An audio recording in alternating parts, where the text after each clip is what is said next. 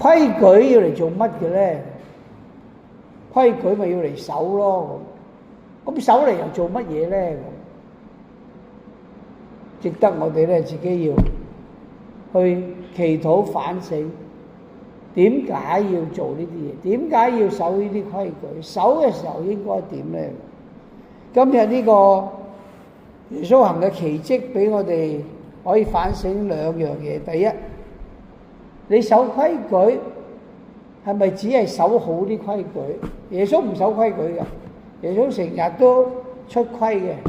咁點解佢係會咁咧？咁因為佢認為規矩最緊要嘅就係表達緊嗰份愛、嗰份憐憫、嗰份慈悲。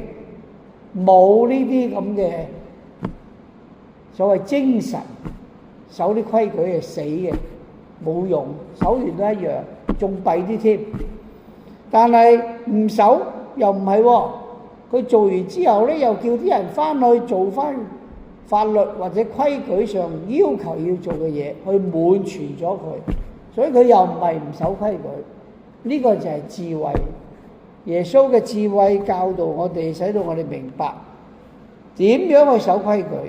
守規矩之後，我哋點樣又唔會因為唔守規矩而做一啲唔啱嘅嘢。